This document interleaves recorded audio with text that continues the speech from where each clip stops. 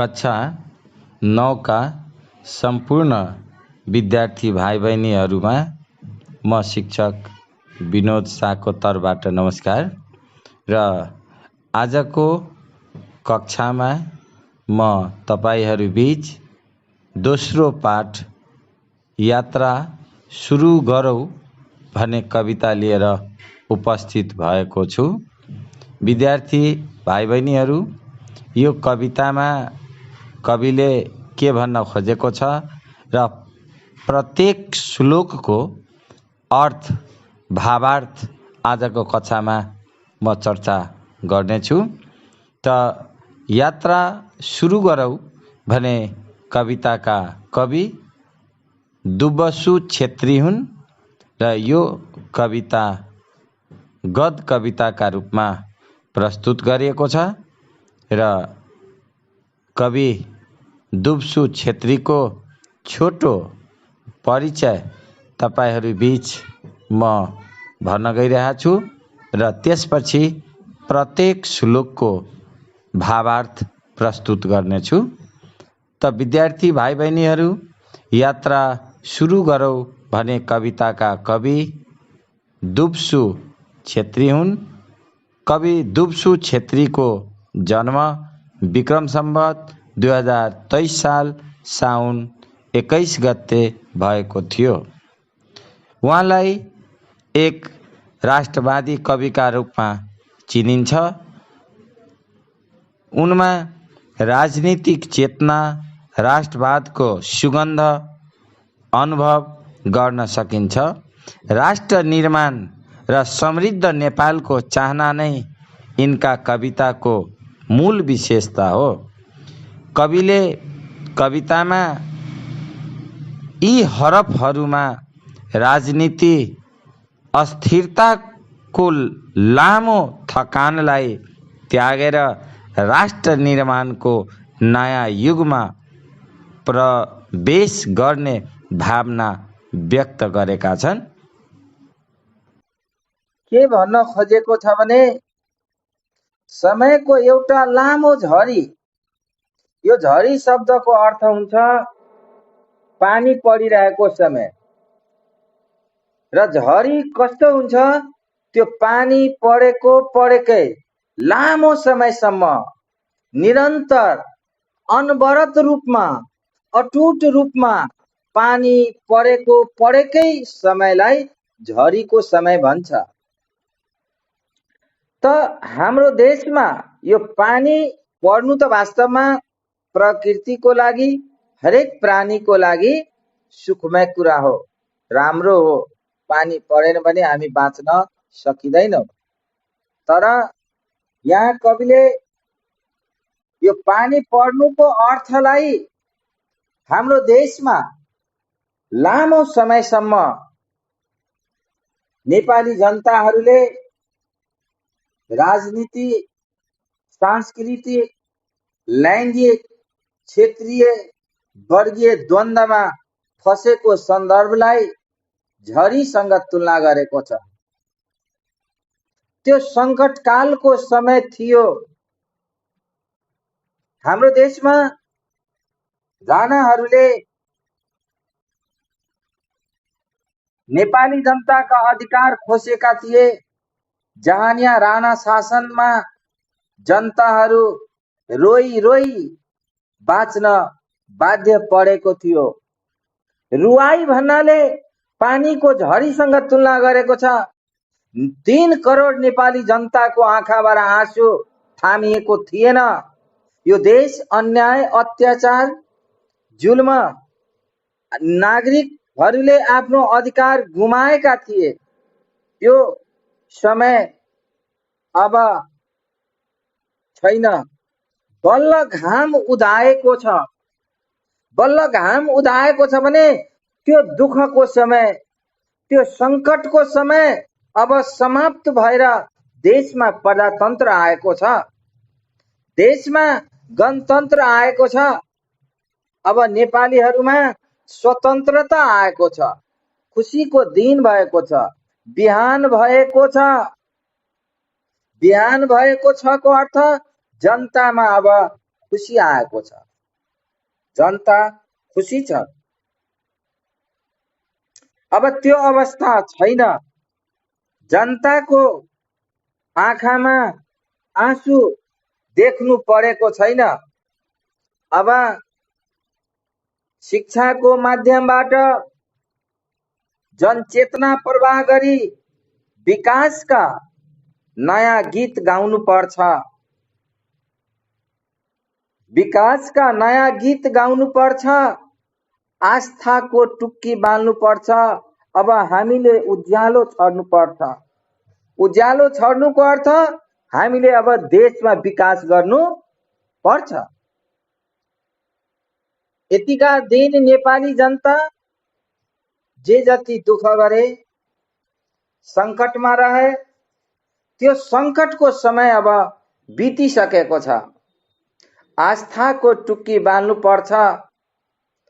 आस्था भन्नाले हामीले अब चेतनाको, शिक्षाको चेतनाको विकास गर्नुपर्छ। मौसम बसन्तको छ। अब हामीले गीत गुन्जाउनु पर्छ। यहाँ कविले के भन्न खोजेको छ? बसन्त ऋतु सबै ऋतुका राजा हुन्।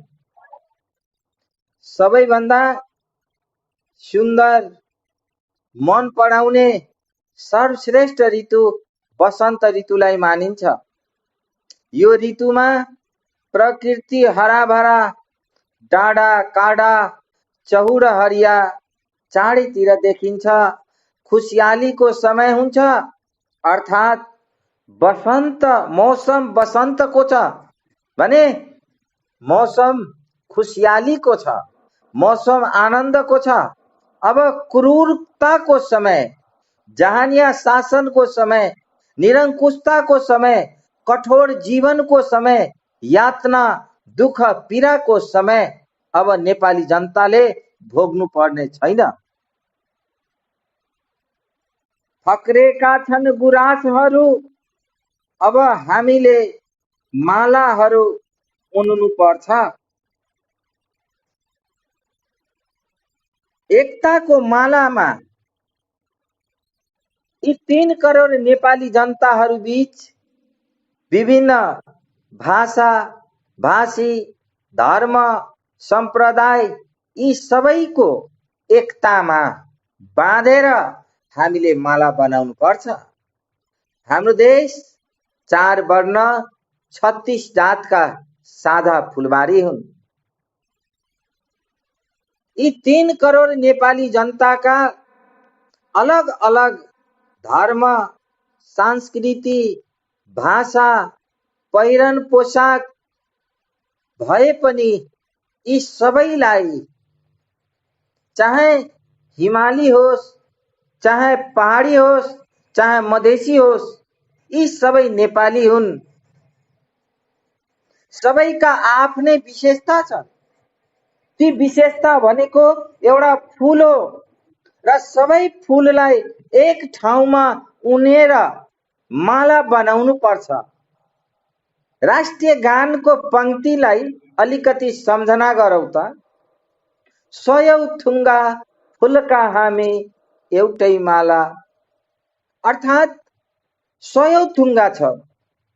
हाम्रो अलग अलग धर्म संस्कृतिमा आफ्नै विशेषता बोकेका छौं, तर सबै नेपालीहरू, नेपाल देश, नेपाली जनता, सबै नेपाल सिंगो नेपालको जब सम्बोधन गर्छौ, मालामा उनिन्छौ भने एकतामा ठूलो शक्ति हुन्छ। अब त्यो माला उन्नु पर्छ।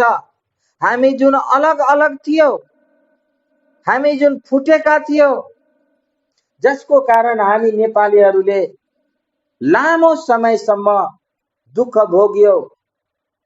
मुलुकमा लोकतन्त्र स्थापना, गणतन्त्र स्थापना हुनु अगाडि राजनीति अस्थिर थिएन। संविधान जारी भएपछि बिहान भएको हामीलाई महसुस भएको छ। जब संविधान जारी भयो तब सबै नेपालीहरूले समान अधिकार र समुन्नतिको यात्रा सुरु गर्ने अवसर पाएको छ। त्यसैले समयको एउटा लामो झरीपछि बल्ल घाम उदाएको छ। त्यो कठोरताको दिन अब सकिसकेको छ। अब देशमा गणतन्त्र, देशमा प्रजातन्त्र आएको छ। यी कुरा पहिलो अनुच्छेदमा कविले भन्न खोजेको हो। यसमा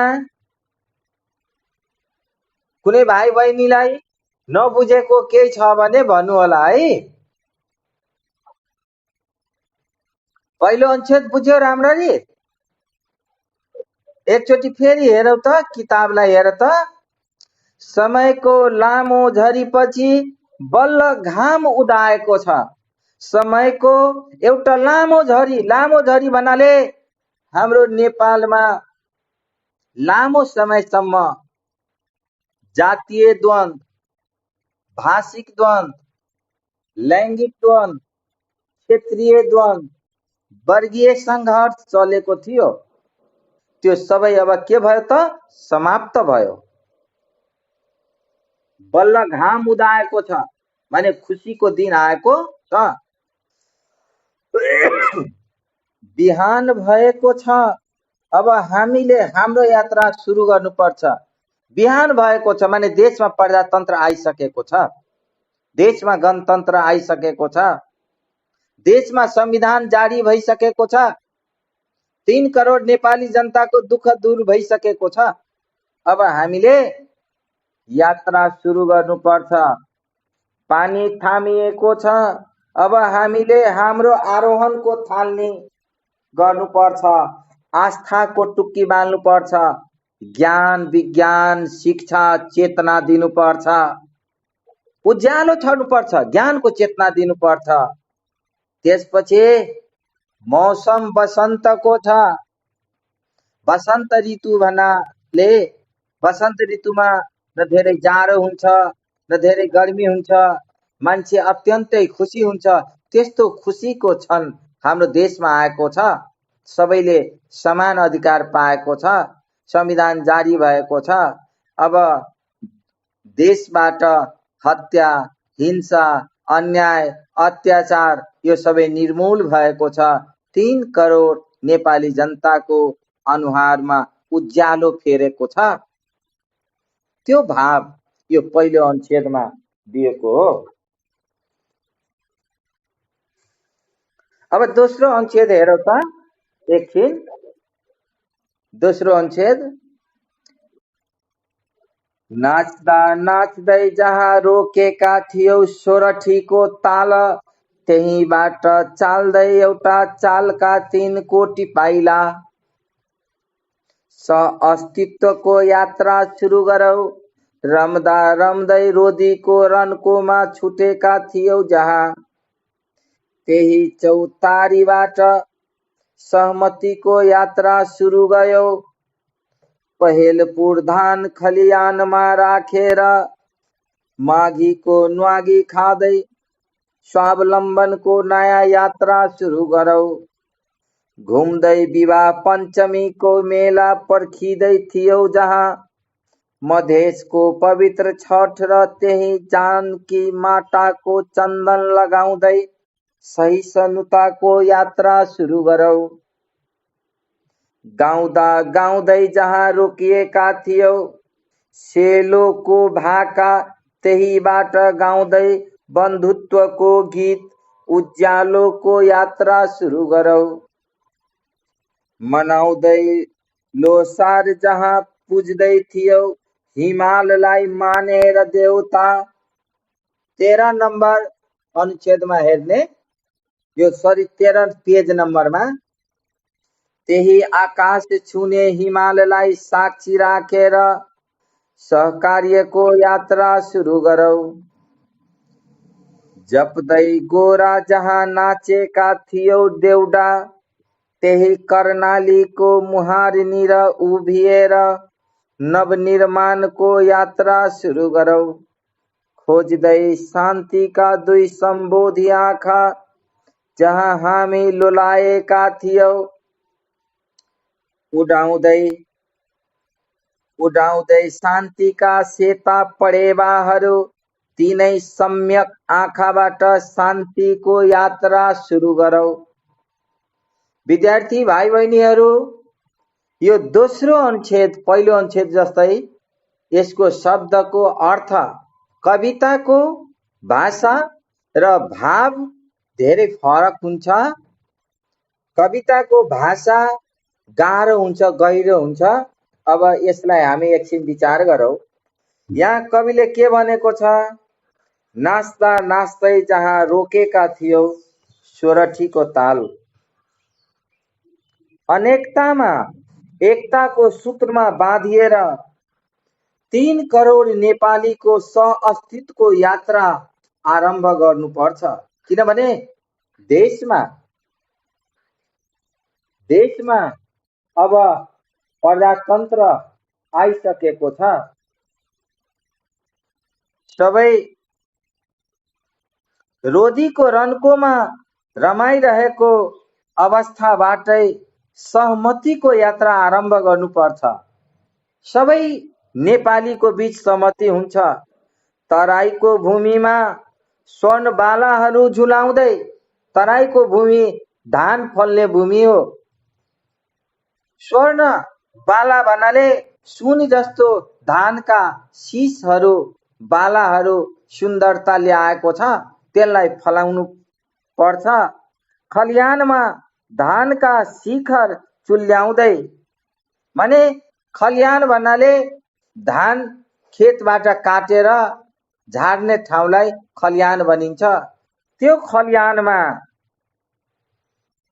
शिखर चुल्याउँदै स्वावलम्बनको यात्रा आरम्भ गर्नुपर्छ। स्वावलम्बन भन्नाले आफ्नो खुट्टामा आफै उभिने जस्तो सक्षम बन्नुपर्छ। अब नेपालीहरू अरूमा आश्रित हुनु पर्दैन। किनभने अब नेपालीको हात बाँधिएको छैन, अब हात खुला भयो। अब देशमा प्रजातन्त्र आयो। अब नेपालीले आफ्नो गाउँ ठाउँ, खेत खलियान, धर्म, चाडपर्व यी सबैलाई अब स्वयं विकास गर्नुपर्छ। यसलाई नेपालीका धार्मिक सांस्कृतिक विविधताले भरिएको यो हाम्रो देश सोरठी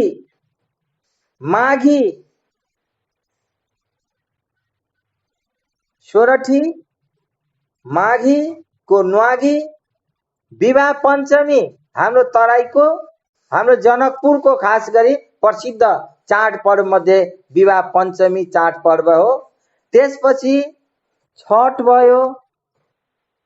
त्यसपछि पहाडतिर मनाउने नेपालीको चाडपर्व लोसार भयो, गौरा पर्व भयो, आदिका नामबाट सम्बोधन गरिएको छ।